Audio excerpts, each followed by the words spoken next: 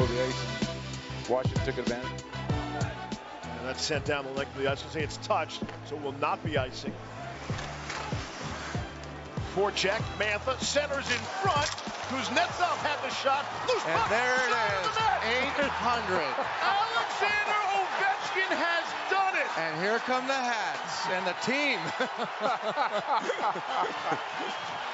You have just witnessed the 800th goal for Alex Ovechkin. Only the third player in National Hockey League history to reach that mark. Unbelievable last night. Alexander Ovechkin. I was texting my brother. I was watching the game at the bar, grabbing a bite to eat.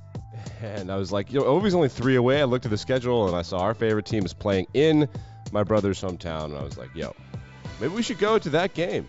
Maybe we should go. Ovie might break it while we're there. Nope. Alexander Ovechkin drops a hat trick on the road in Chicago. He scores 800 goals. He now trails this has always been true. He trails Gordie Howe and Wayne Gretzky for the most goals in NHL history. This is interesting to see. Your daily sports podcast, news, narratives, takes, gambling. It's Controversial Wednesday. I'm moving Controversial Wednesday to Controversial Thursday because yesterday there was simply too much news, and we have to get to essentially all of it. Baseball news, NFL football news. There's a bunch of different things going on, and also the World Cup, but also Mike Leach passed away. We talked about that to end the show yesterday. This is kind of a serious situation. I kind of knew what was going on. I don't know for a fact, but I just kind of know how the reporting system works and how the medical system works, and then the report comes out that he was without medical care with a cardiac arrest, or VTAC. VTAC for 10 to 15 minutes, which means that one is brain dead. And we can kind of confirm that reading between the lines because Mike Leach, he donated his organs, which means that it wasn't the majority of his body didn't fail him. One organ failed him, and as a result of that, it was a nice, peaceful death, and he can donate his body to others who will hopefully use that correctly and go on to live happy and fulfilling lives, which is such a tremendous cross to bear. I am an organ donor recipient myself, and it is something that never goes away from you. But Mike Leach pronounced dead yesterday at the age of 61, and the entire internet just remembering what a big loss it was. If I could be critical for a moment of the mainstream media, I fully expected. I didn't know if I would get a notification from the Associated Press or the Wall Street Journal, but I fully expected some of these bigger publications and meme accounts and things on Instagram and Facebook to kind of do a better job of discussing this, but they didn't. On one hand, I think he's definitely super conservative and they just don't want to deal with this. But on the other hand, I think that maybe when you're in sports, you kind of lose track of how famous or not famous someone is. But he was famous to all of us who follow college football. He is a quote machine, and also it was part of the revolution of college and professional football. He created and honed a system of playing football that is able to kind of level the playing field for teams who might be talent deficient. It's called the air raid system, and we'll get into that. But essentially, it takes away the running game, and instead of running the football too much, instead of running to the outside, you just quickly throw to the outside, and it kind of serves the same purpose. It also allows you to slow the game down if you need to. Pretty remarkable, in my opinion, that he's already had a more successful coaching tree in college football than Nick Saban has. I think that's just a fact. And his air raid system with Cliff Kingsbury has gone to the NFL. Now, a lot of people think Cliff is over his skis at Arizona, but Cliff is very, very, very clearly the most successful college to pro head coach in a long time. He was better than Jim Harbaugh was. He was better than Urban Meyer was. He was better than Matt Rule was. And that was a Mike Leach guy.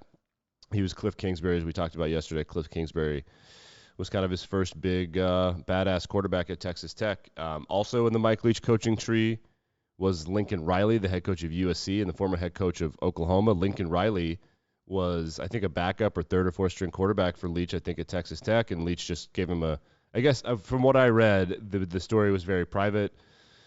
He told Lincoln, hey, you're never going to play for us. Do what you want.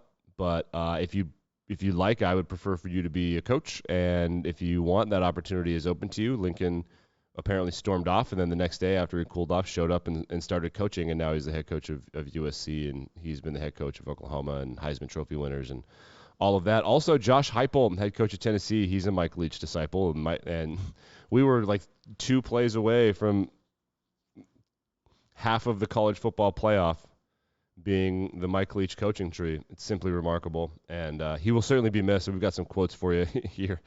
The thing that he was super famous for was not necessarily what he did on the field, but it was what he did when he had a mic in front of his face, and he had some of the greatest quotes of all time. Here we go. This is from his days at Texas Tech. It must have been 10, 15 years ago. Our coaching points and our points more compelling than their fat little girlfriends. Now, their fat little girlfriends have some obvious advantages.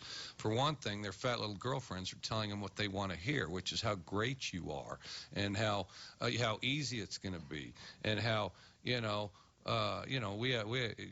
a whole bunch of people. Everybody wanted to win the football game, but nobody wanted to play the football game. Well, that defies every level of work ethic that exists with regard. His ability to be calm and mad at the same time is amazing. He is survived by a wife and 3 kids, and you know that he's got a couple daughters because he always likes to give some marital advice for people who are having weddings. Well, not marital advice, wedding advice. Your mother-in-law is going to lose her mind.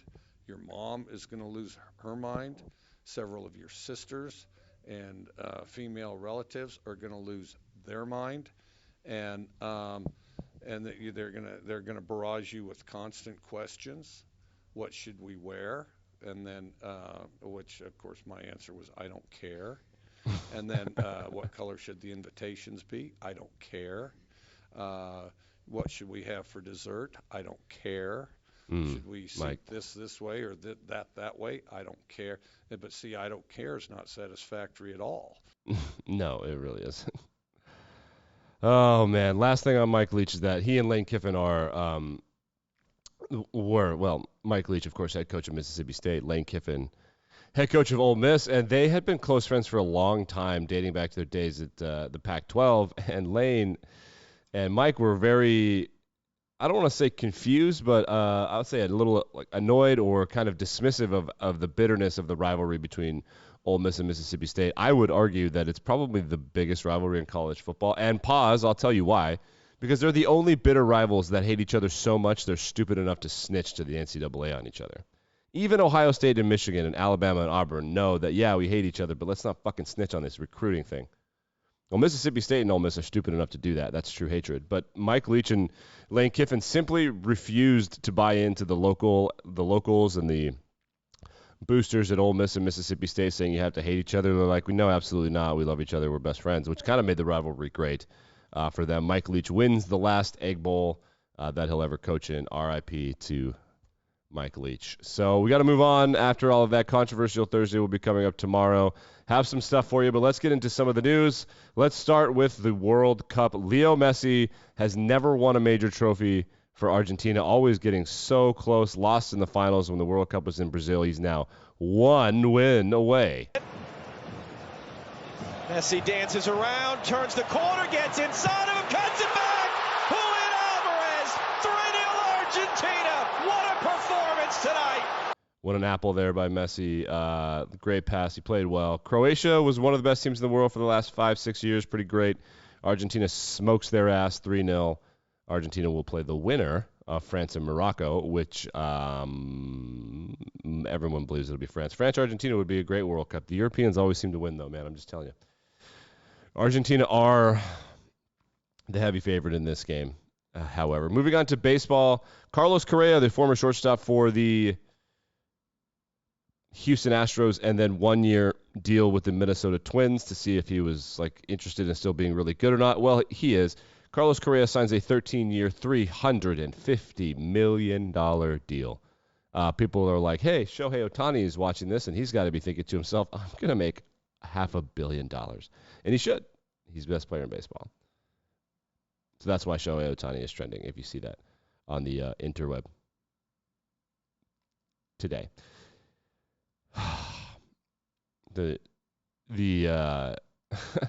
Let's go to professional football, where Marcus Mariota. I was thinking about using this for Controversial Wednesday or Thursday, but I'll just do it now. Marcus Mariota, the quarterback of the Atlanta Falcons, So Marcus Mariota was a second overall pick by the Tennessee Titans. He got hurt and he ran the ball and he looked pretty good. He never had a great arm, but he had an NFL arm, good enough. Like, you think of like Kirk Cousins and Jared Goff, like around that, not that quite that, but he was good enough. Then he got a nerve injury in his elbow and he can never throw the ball hard enough ever again. So now he's just a backup because he's so mobile and he tries hard, but he can't throw the football. Well, the Falcons announced Desmond Ridder would be taking over the helm after the bye, which is a good time to do that. Desmond is a rookie. He played a lot of football at Cincinnati, but needed some time to adjust. The Falcons aren't good enough to just throw a rookie in there, and he's not good enough to just have earned that spot. He was a second or third round draft pick. I don't remember. He was not a first round draft pick. But Marcus Mariota, after Desmond Ridder was announced that day, left the team. He didn't quit, but then he was like, oh, yeah, I have all this stuff happening to my knee. I'm going to go have surgery. So basically he was like, oh, I'm not going to start anymore? Yeah, I'm not going to put the surgery off then. Absolutely, you're not cutting me. I'm going to take my fucking settlement. Good for you, Marcus Mariota. I mean, you got to get your money, man. You absolutely have to get your money. That's just the way that goes. And I feel, good for him. I think that's perfectly fine. I don't know. I think that people are upset about this, and I don't really care. That's his money. It's his life. They're going to cut him. He put his body on the line and like, oh, you're going to go with the kid? Like, which the team's got to go with the kid, fair enough. But they're like, I'm a grown man. Like, I'm a grown-ass man. I gotta have surgery. I got to have surgery. Alexander Ovechkin, 800 goals. R.I.P. Mike Leach, and $350 million handed out to Carlos Correa. Yeah, we can't do Controversial Wednesday today. Back and better than ever tomorrow with Controversial Thursday. See you then.